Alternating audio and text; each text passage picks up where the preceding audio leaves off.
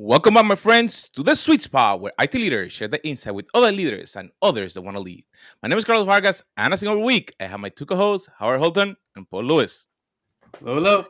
Hello, hello. So before Paul starts, I do want to start with we're doing a little bit different episode this time. So for our longtime viewer, you will know that we do very, very, very little prep. We have about a minute that we 90 seconds that we kind of run through. Like, here's an idea for a topic. Ooh, we like that topic. Let's not get started on it. Or Howard will go through all of his steam before we get it recorded. That's the amount of prep. So we've done a different prep for this episode.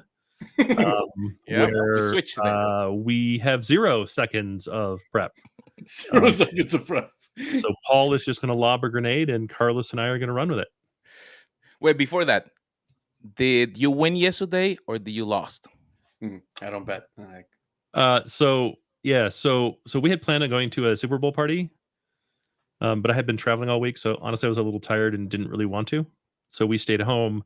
The house that we were going to is a Kansas City house. They're from Kansas, and when there's a touchdown, they have an automation that happens in the house that flashes the lights, the Kansas City colors. Interesting.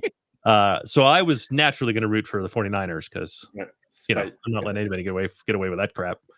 So I stuck with the 49ers, so I lost. You should have brought your own automation, like hidden the Bluetooth speaker underneath the couch or something. Yeah. That would be funny.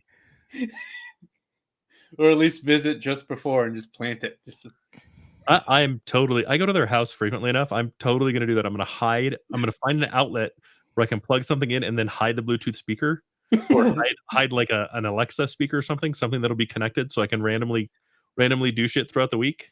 It's hilarious. Ooh, that you gave me just a good idea. I'm gonna try something with my wife. No, you gave me that. My son has a Google Home in his room. So as I'm walking by his room, 100% of the time, I will say, "Hey Google, play Time Warp." And I find it hilarious. He's finding it less and less hilarious over time. For sure. I'm finding it consistently hilarious. For sure. I can see why. So, Paul, where are we going? All right. So I've spent some quality time speaking out about one specific. Hilariously, I have a Google Home in my office. Would it shock you what's playing right now? Hey Google, stop. You couldn't hear it because it was on 2, but yeah, it was behind us. So I spent some time at a sales kickoff and in front of CMOs and in front of CIOs recently. So we'll call it in total 150 of those people, but different people who sell technology, people who operate technology, and people who arguably are partners of technology, right? CMOs. And part of my pitch, as you've heard my pitch before, is effective quotes, right? So I'll go through, here's what I hear real people actually say. And one of those quotes, I get a lot more nods than I expected to get. I thought I'd get a few, but I got a lot more nods than I expected to get. And this is the quote that I have heard often and now I talk about. Data is not my number one asset. And then they will continue to say, do you know how I know that's true? And I'll say, tell me more. And they'll say, this is how I know it's true. I have 1,000 people who work for me. I'm the CIO. And I have 12 people in my data team. That's how I know data is not my number one asset. Is it valuable to me? Sure. Is it an asset? Certainly. But I guarantee you now, it is not my number one asset. That's interesting. And I thought about that more. Right? And I said, well, let me double click on that in my head. And this is the conversation I'd like to have. If I look at the CIO perspective, and that I just mean the IT perspective, you kind of think of insights as the preparation. You think of insights as what's the context, what's the business model, what's the change in the business over time? What's the transformation I'm trying to do? What's a customer? What's a product? You're trying to get the what's, whys, who's, and where's in order to find an interesting insight and make that insight available. That's kind of the CIO and CTO perspective. But what's everybody else's perspective out of the CIO is not that. It's not all the work you had to do to get the insight. It's the outcome of the insight that you created. In fact, I'm using the term, are you producing more than you're consuming? So from the CMO's perspective, the CFO's perspective, the chief supply officer's perspective, they're saying, while it's all well and good that you spent $100,000 to get this interesting insight, that matters not to me. What matters is that you've produced $300,000 worth of value of the $100,000 you've spent. So are you producing, i.e. 300,000 of the consumption, the 100,000 you did? Now that production could be revenue, that production could be expense reduction, that production could be capitalization, right? It could be a whole bunch of stuff. But then I now see this distinction between how CIO/IT thinks and how everybody else thinks. And that battle has ensured that data doesn't become the asset, because these guys think it's about the effort it takes to get the insight.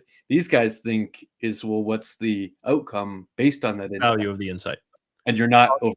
Right. What's the cost of the insight versus what's the value of the insight? Correct. Right. Do you perceive the same battle? Well, what's interesting is the both of them look at it through that lens without any awareness of the other side of the lens as well, right? Like, that's the weird part. It's not a mirror, right? I mean, it is a mirror, not a glass. Not right. through a window. Right. Yeah. It's the men's bathroom versus the women's bathroom, which tend to have sinks facing each other, kind of thing. Right. When you look at architectural, because it makes it easy. And it is that, right? I'm staring at a mirror that just looks back at me, when in fact I should be in a room with no mirror at all. And we should be having a conversation about, hey, like, how much value do we get from that thing that I did? Because I need to validate that it's got that the value, that I've got an ROI, even though I don't like ROIs. I think they're a silly way to measure things, but still, right? And what you get instead is, well, it only cost $100,000. Cool. It only drove Y value. Is that math acceptable? Is that math reasonable? Right. I think part of the problem is it's always an incomplete picture. Right. Because, okay, so you did this thing, it cost $100,000. It's got $300,000 in value, but there's cost between outside of IT that's not factored into that $100,000. Right. That could be $250,000 in cost. Right. It could be $2,000 in cost. Right. But we're not having that conversation. So yeah, I see that. I see that a lot. And ultimately it's we've kind of talked around this topic in the past. I would say data is not my most valuable asset, because data does not equal insight. Right. It's a path to it. Right. And even then, insight by itself, without the ability to take action on that insight, also has no value. Right. Data in and of itself is purely academic. Right. Data that drives insight without action is also purely academic. Right. Matter of fact, one of the most consistent CDO responses to me when I say, why aren't you growing, is I haven't been able to prove the value of the insights I create. Yep. In other words, I might be able to get lucky, right? I find an insight that produces $1 million, but there's no consistency to that, and there's no reproducibility to that. And I'm not a futurist. I can't project whether any insight I produce will actually create any value at all. And therefore, I'm topped out at 12 people. They're not going to give me 15. Sure. But isn't that because they're doing it backwards? I was going to say that. Like, shouldn't they be talking to each other to figure out what they need? But it sounds like it's ready, go, set. Tell us more. You know what I mean? Like, I should know before I even begin a data project what the outcome is going to be worth. It may not be right, but I should know what it is. You know what I mean? Like, shouldn't you have at least attempt it? Yes. Right. Shouldn't you have a conversation with a business that goes, hey, like, we wish we could do this. Like we used to do this at Hitachi. It was Yeah. it was literally the framework. I wish I could do this. Cool. This is roughly how much that would cost within a comma. Like literally, we weren't trying to get super exact. Just, if I were to back of napkin this, it's going to cost kind of this to do. Cool. Right. This is kind of the value that it would provide. Great. Those numbers kind of align. Let's go away and we'll both validate from our side that those two things are true. And so you should always have that information before you set out on the project. It doesn't make any sense to me that you would go, well, I can never get a value response. No, but before you started the project, you should have known what it was worth to the business. And again, like part of product management, which everything we do should be a product, is constantly revisiting and go, hey, did we come close to the target? Like, was your estimate right? Was my estimate right? Where they were wrong, is that okay? Like, we knew this was a little theoretical when we started. How do we make sure that it actually hits the target? Did we refine the target at all? Like, every time I hear this, that's all the questions that pop into my head. I think too much time is seeking out the unicorn insight. Mhm. Right? That one piece of knowledge that makes them understand the thing they should buy, right? The decision they should make, Sure. the production efficiency that had they not done this analysis, they wouldn't get the answer. But that can't possibly be the only reason why the data team exists, is finding these unicorn insights. And if they did, once it's done, why don't you just fire your data team? Right. You found the bullet. It's Right. done. Right. Eden has been discovered. Check mark. Right. Like, we're done. But no, I mean, I see that all the time, right? Okay, well, if I'm going to make this investment, then it really needs to move the needle on the business. No, it doesn't. You're a $6 billion business investing $5 million. Right. It doesn't need to move the needle at all. If you could see the needle from space, like if you can really see the macro view of that, the micro that 5 million moves, you shouldn't be visible on the needle. And if it is visible on the needle at all, it's worth the investment. Right? I just think of a gas gauge. Like, do you really notice every ounce of, or every centiliter, for those not in the US, of fuel that your car consumes? No, of course you don't. You wouldn't notice that needle move. Why do we expect the same in business? It's the same ratio. Right. Right? If you're $1 billion business and you're making $1 million investment and you can watch the needle twitch, that seems like a good investment. As long as it twitches towards the positive. I'll be clear. If it twitches towards the negative, you probably have an answer too. It's just not the one you wanted. One could argue that the description of data being the new oil has been to the detriment of the data team. In that way, I would say yes. Yeah. Right. Like we've had this discussion before, right? But I think it's the data team themselves that makes it worse. Right? Data is the new oil. Oh, so I can strike it rich. Right. Right. Well, sure, you can strike it rich in that you could be another commodity distributor of oil. Right. Right. But the reality is, what makes oil so valuable is the 4,000 applications we have for oil. Right. For petroleum. In order to get there, you have to also go through the process of discovering what are your 4,000 uses of that oil. Right? The point is, it's an untapped resource within your environment, not it's a get-rich-quick scheme. Which is that's an interesting point. Because they want to value every single insight instead of valuing a series of insights, or not presuming that every insight would actually even produce value. Well, we didn't pull oil out of the ground and go, holy crap, we invented plastic. Right. Like, those two things didn't happen over a weekend. And it seems like that's what people expect with data, right? Instead, what we did was we went, oh my God, we don't have to slaughter whales anymore, and everyone can have light. Right. Right, because it replaced. They didn't look at their dirty hands and say, you know what, I could hold my leftovers from last night. Right. Like, it's amazing the kind of cognitive dissonance we've leapt to in not understanding that. And the reality is, it's the fault of the vendors. It's the fault of the practitioners. It's not the fault of business. Right. Business is always looking for a magic bullet each and every time. Of course. Yeah. Right. So that's fine, but it's up to us to learn how to explain these things so that they make sense. Yeah, if you take it out of data and you just put it back into the regular CIO stuff, certainly the business are saying, you're dropping $1 million in IT, you better be producing something out of that. Sure. Net new revenue, $1 million and $1 efficiency, something, right? Right. Your value always must outweigh your cost, or you're being fiscally irresponsible. Right. So as a CIO, your job is to be fiscally responsible. To be fiscally responsible, it means you spend $1 to make $1.10 or whatever the exchange rate is. Right. You spend $1 to make more than $1, whether that's, like you said, through capitalization, through operating expense reduction, or through, new business acquisition. If you make the same amount but in a different way, that insight gave you the opportunity that, okay, I spent $1 million. Now I learned that I can make that same million in this new way. Is that considered a good No, investment? No. Why not? because you're going to in the organizational change to capture that $1 million, you've got additional expenses on top of that $1 million.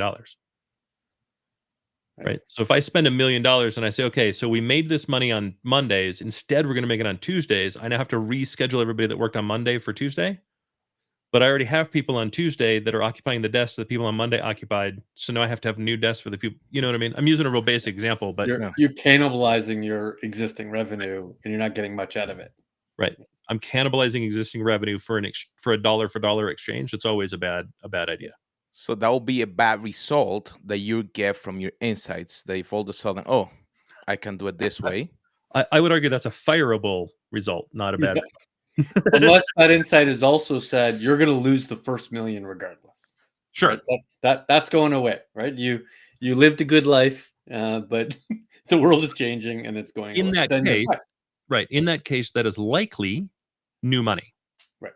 And to think about it and to talk about it as an exchange of money is the wrong way to talk about it. Okay. Right. We as an organization have already identified that these dollars are going away. It is a matter of time, and we can already see the horizon for that, right? It by the end of 3 years, this will be zero. We don't know when it'll be 90% or 50%, but we know by the end of 3 years it'll be zero. Right? Okay, so now we have to figure out a way to recover that money, and that's going to involve a shift. But that's new money. To think about that as an exchange of money is silly. It's incorrect. Right? Another problem of the CDO team versus the CIO team is the understanding of keep the lights on. So there's an understanding in the IT world where I don't have to justify every penny because there's a certain amount of dollars that need to exist or the company wouldn't exist. Whereas on the CDO side, they're feeling pressure to have to justify every dollar spent every time, every year.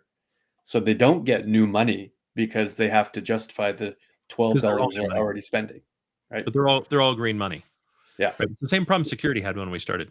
Exactly. And it's only now I mean, like right now that security is changing from what value you bring into the company to holy crap, we weren't doing enough to begin with. Right. Only now that has changed. How much more do you need? Right. The likelihood that anything else is going to fall into security is pretty rare. Right. Security is like legal. I don't have a choice but to invest in legal. I'd really like to reduce my investment, but it's mostly driven by the outside in. So I can just kind of complain about it, but I can't really do anything about it. Right. Security is kind of similar, right? Data is very, very different.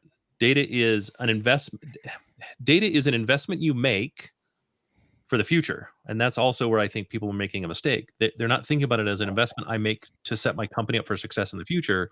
It's what can I get this quarter? Right. Right. And that's how most organizations operate.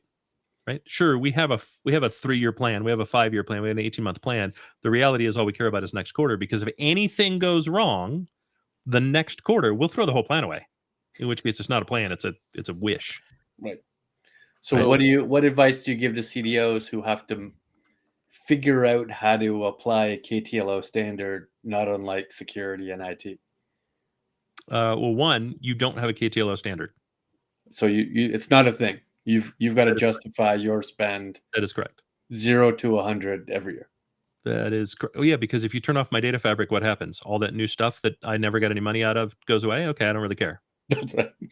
The company is still going to be able to operate if the data business goes away, if the things that roll up to the CDO go away. Right. Right. That is not true of IT. You turn off the ERP, the business stops. You turn off the accounting system, the business stops. You turn off email, the business stops. Right. Well, would you recommend putting their dashboards, their MIS, the things that they actually use on a day-to-day basis, under the CDO in order to give them a KTLO perception? No, because that's effectively shoring up CDOs that I don't think are doing the job correctly. Hmm. The fact is, your job is to help drive new business. Right. Like you should be closely aligned with the chief strategy officer. Right. You should be talking to the COO and the CEO what is your strategy for the next 18 months. Right. You should be sitting with the CFO and going, what lines of business are losing money today? Maybe we can help. Right. Like that's you should be a futurist, not a whatever not a futurist is. Wish bullish. Right. Well, enjoy the freedom of being able to be a futurist. Nobody else in the organization is truly allowed to do that to that level. But that's really what you should be doing. You're building solutions today for tomorrow's problems. You're not building solutions for yesterday's problems. Right. And if you are, you're doing it wrong. Will the CDO be looking for ways to help the company innovate? Absolutely. So then how will then, because they're going to be trying to innovate and there's going to be probably some money that's going to be lost. So they have to justify, hey, if you want me to innovate, I need to have money. So I'm looking at those two, like, are they different buckets or they just pile it together for the CDO so they could do it? Well, yeah, but let's say let's take data completely out, right? Let's say we manufacture cell phones, right? We make cell phones. They have a 3-day battery life. The last innovation was text messaging, right? Now the internet is in everyone's home, and everybody wants to be able to share pictures and have them not look like garbage.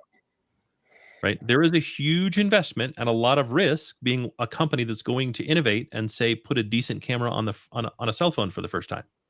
And the instant you do that, you now also have to put a good screen because I need to see what the picture is. I need an interface that allows me to email it or text it and share it in whatever way I want to share it. Right. I need a way to get it back into my computer's photo repository. Right. And so we're now beginning a series of steps that's a long-term innovation, right? Apple's a $2 trillion company and makes very few products. And they take a long view. That's why they are a $2 trillion company that makes very few products. Right. Is they think about the investment that it takes to create an innovation, and an innovation requires an ecosystem. Otherwise, it's just invention. Good luck with invention. Right. Apple is successful in everything they do because all of it is innovation. As in, it's an invention that gets brought to market at the right time within the right ecosystem to create lasting value. Right. Why do all these other companies fail when they try to do it? Because to them, it's an investment. We're going to give it a shot for 18 months. Oh, we didn't mean 18 months. We meant 12. Oh, we didn't mean 12. We meant 9. Oh, we didn't see the value in 6. We're killing it. Right. That's how that stuff works for most companies. And that's why most companies fail where Apple succeeds. Right. That's why companies fail where Elon Musk succeeds. Elon sees the production itself as the product and the innovation. Right. The production line. Sorry, not the product. The production line. Right. So he takes a very long view. Well, but he takes a very long view of all of it.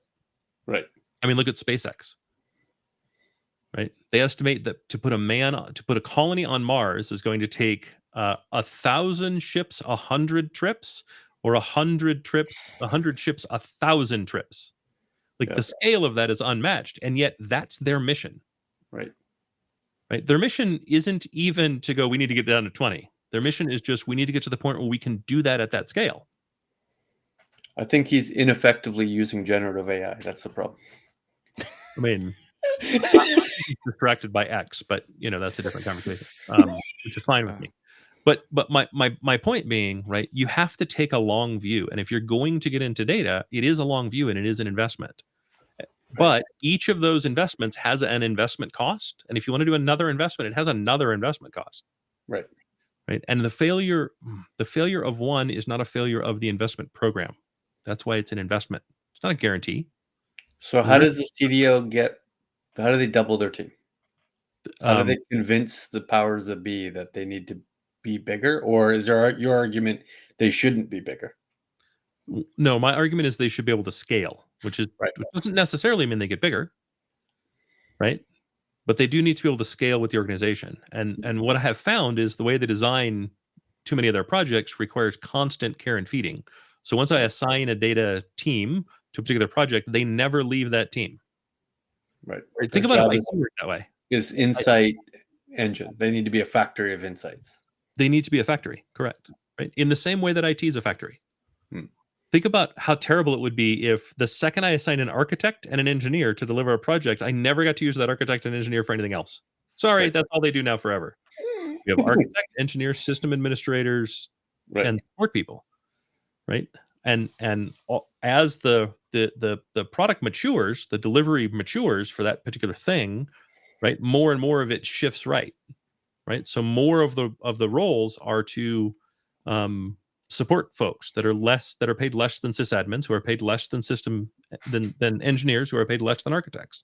Right. We in IT we focus very heavily on burning expensive resources the least amount of time possible. I don't see the same within data. Right. And so there's a fundamental problem in how we deliver data projects where we're not using the lessons that we've learned over the course of hundreds of years, right? I mean, think about if you had to have an architect swinging a hammer. He designed the building. He's the only one that knows it. He's got to swing the hammer every day. I don't know what to tell you. Right. So you get the architect back when the building's done. Although he's going to have to take over maintenance and janitorial. No one else. Right. Like we don't do that in anything else. It would be ridiculous. Right. And yet we do it within data. Does that mean a federated data team is more appropriate than a centralized data team? In other words, put the busy guys, gals, in the business to which you need to create an insight, whereas the engineering team would sit centrally necessarily. Absolutely. It's absolutely what really do in IT, but we should be doing more in data. Well, and it should be a question very early on in the process, along with, what's the wish? Can we budget it? It should also be, can it be maintained outside of this team? Right? What do we think the care and feeding of this project will be once we deliver it and it's in production? Right? Because if you productionalize it and you can't move it out of your expensive resources, right? Your data engineers and your data scientists, then it's never done. In which case, it's never actually delivered. In which case, you've accomplished nothing. Right. And we can't then count those as successful. And so, if you wonder why your team's not getting any bigger, your team's not getting any bigger because you're not delivering the thing you said you were going to deliver. Mm-hmm. And I don't mean that to sound like I think people are malintentioned. That's not at all it. Right. We're still in kind of the emerging phase for a lot of these tools. If you look at the tool sets and how the tool sets have been year over year, it's massive change. Yeah. Right. We're still talking about data catalogs and data fabrics as though they're new. Yeah. They're new, and they're not new. They just haven't been solved in a way that allows them to be fully scalable, fully production ready, fully, enterprise kind of grade. There's still so much churn in that. And some of that churn comes from the people designing the software. Some of that churn comes from business not understanding how to run and own and operate those things. Right. Some of it comes from data is really, really, really complex, and we still think we can eat an elephant a whole, one bite per elephant. I'll give you an example. The delineation is not entirely obvious all the time. So there are some organizations that would say, you know what, just make the data lake accessible via ODBC connection to the business and let them effectively do everything. I will create a visualization. I will do the SQL. I will produce all the insights. Yep. And then other organizations will say, whoa. You don't know how to do any of those things. Let me produce the dashboard so that you have, drop downable things, nothing, but far more control, right? Yes. Both of them are broken and both of them are wrong. So, let's deal with the first one first, right? Because one of the things you need to solve as a CDO is you need to establish a consistent language around data throughout the organization.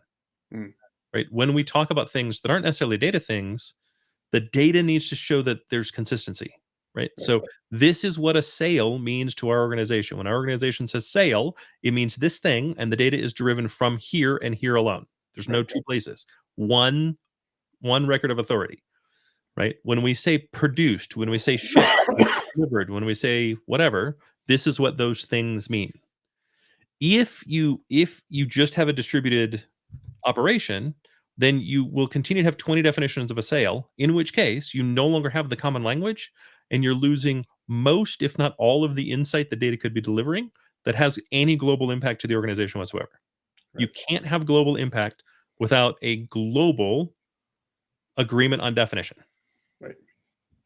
Right? In the second model, you can't deliver anything if you're so slow to do so that the window for the insight passed months ago. Right. You've got a backlog of 1,000 insights. Right. Right. It's also why smart data consultant organizations talk so much about a term I don't like, center of innovation. Or center of excellence. They call it center of excellence. I like center of innovation, but they talk about center of excellence. Center of excellence is supposed to be, hey, we've centralized the things that are that must be centralized to a bare minimum. Right. We've done it in a way to make it the most agile, the most scalable possible, and we're not here to do it for you. We're here to teach you how to do it and ensure that it's consistent and to share things that we've learned across the organization. So if you come up with something really, really interesting in Latin American sales, we want to bubble that up so that everyone gets to see it, so it can become something that anyone in sales can use.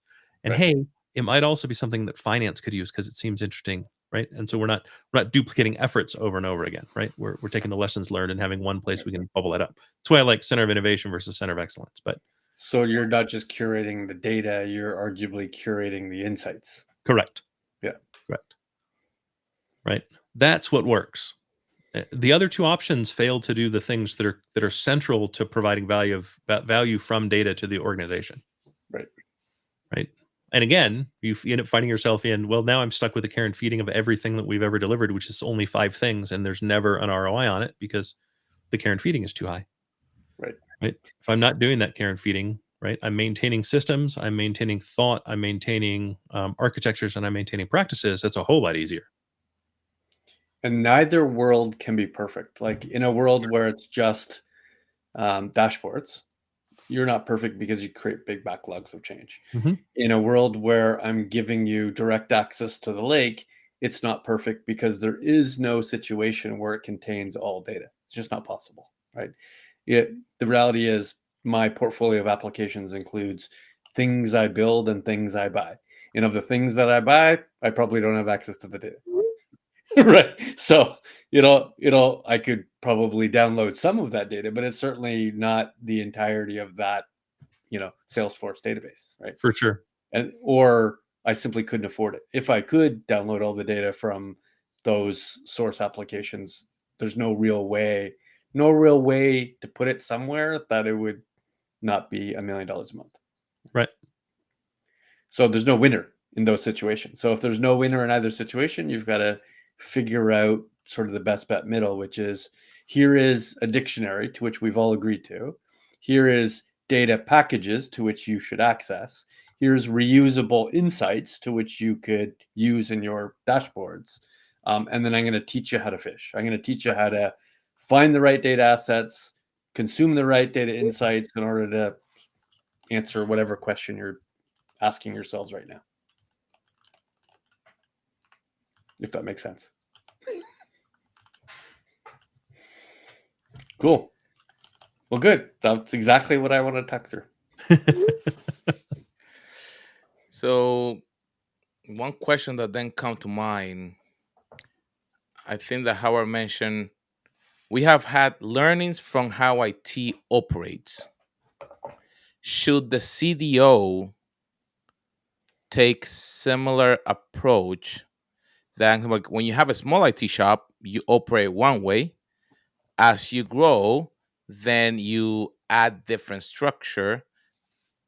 Is the CDO should be part of the traditional IT so it can leverage I'm gonna call it the economy of scale, but like the expertise that we have within the IT world, because sometimes I see that they duplicate. You have people that understand dashboarding, may not understand it at the higher level, like the data experts, but that you can then utilize what you're doing for regular support or IT, and you can leverage it then with the business data.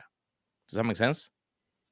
It does. I would say you need more than one teacher because corporate IT, right? The CIO's organization isn't typically federated, and when it is federated, isn't federated completely, and the CDO has to be federated completely.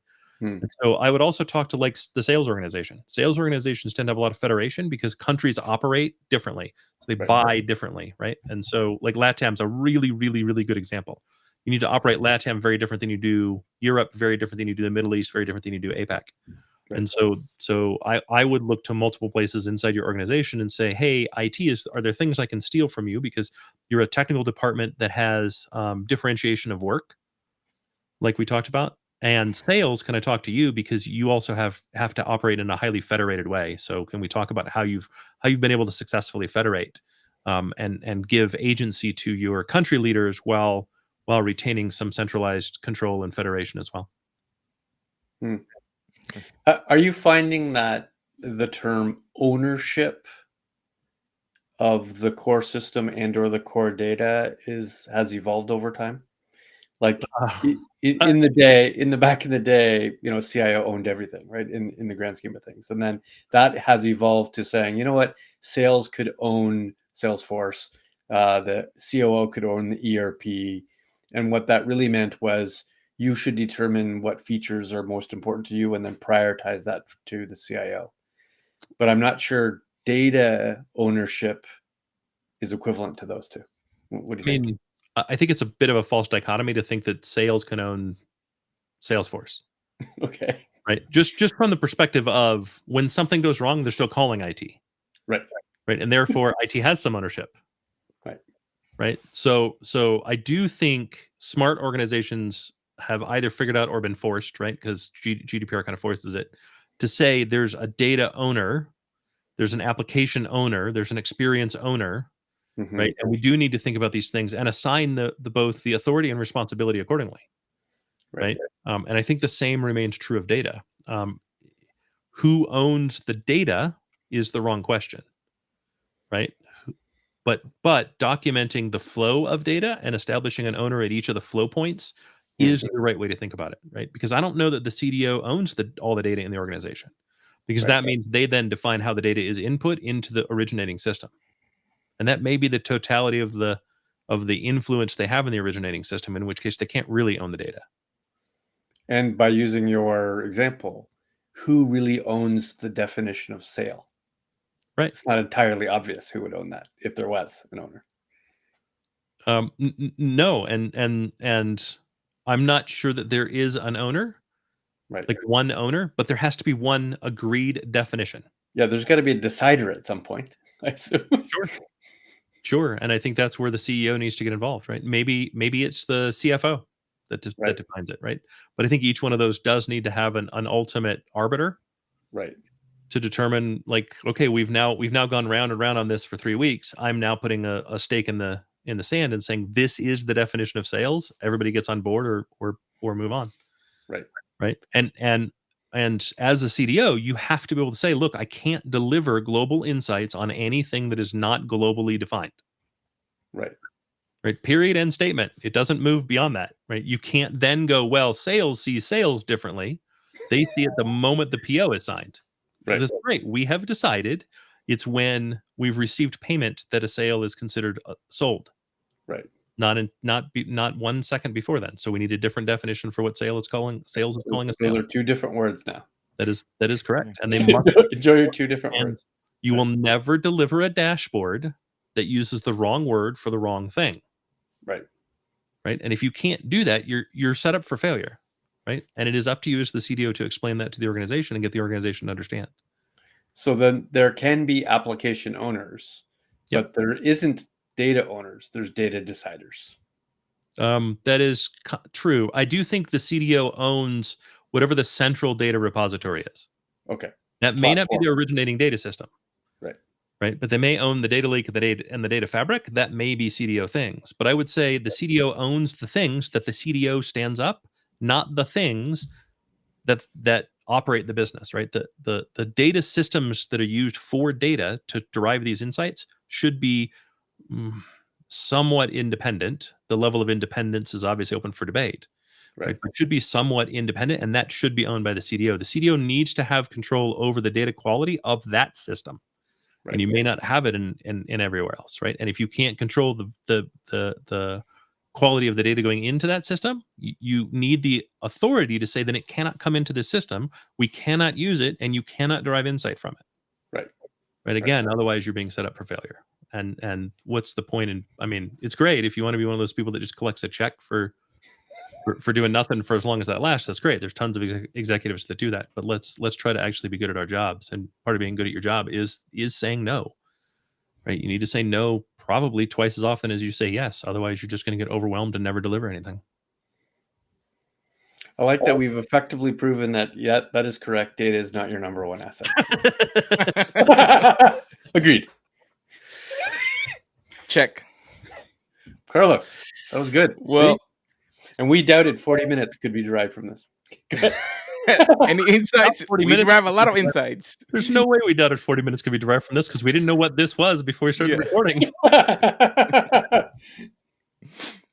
But definitely, it's important to understand whatever we're doing, are we actually producing more than what we're consuming? Mm-hmm. I think that's the key message. Are you taking the time to understand, hey, all this is what I'm consuming, could be money, resources, people. What my output, is it being something that anybody else could use? If at the end of the day it's not, then we're going to have a problem. So my friends, make sure that you share, you subscribe, and we'll see you on our next episode.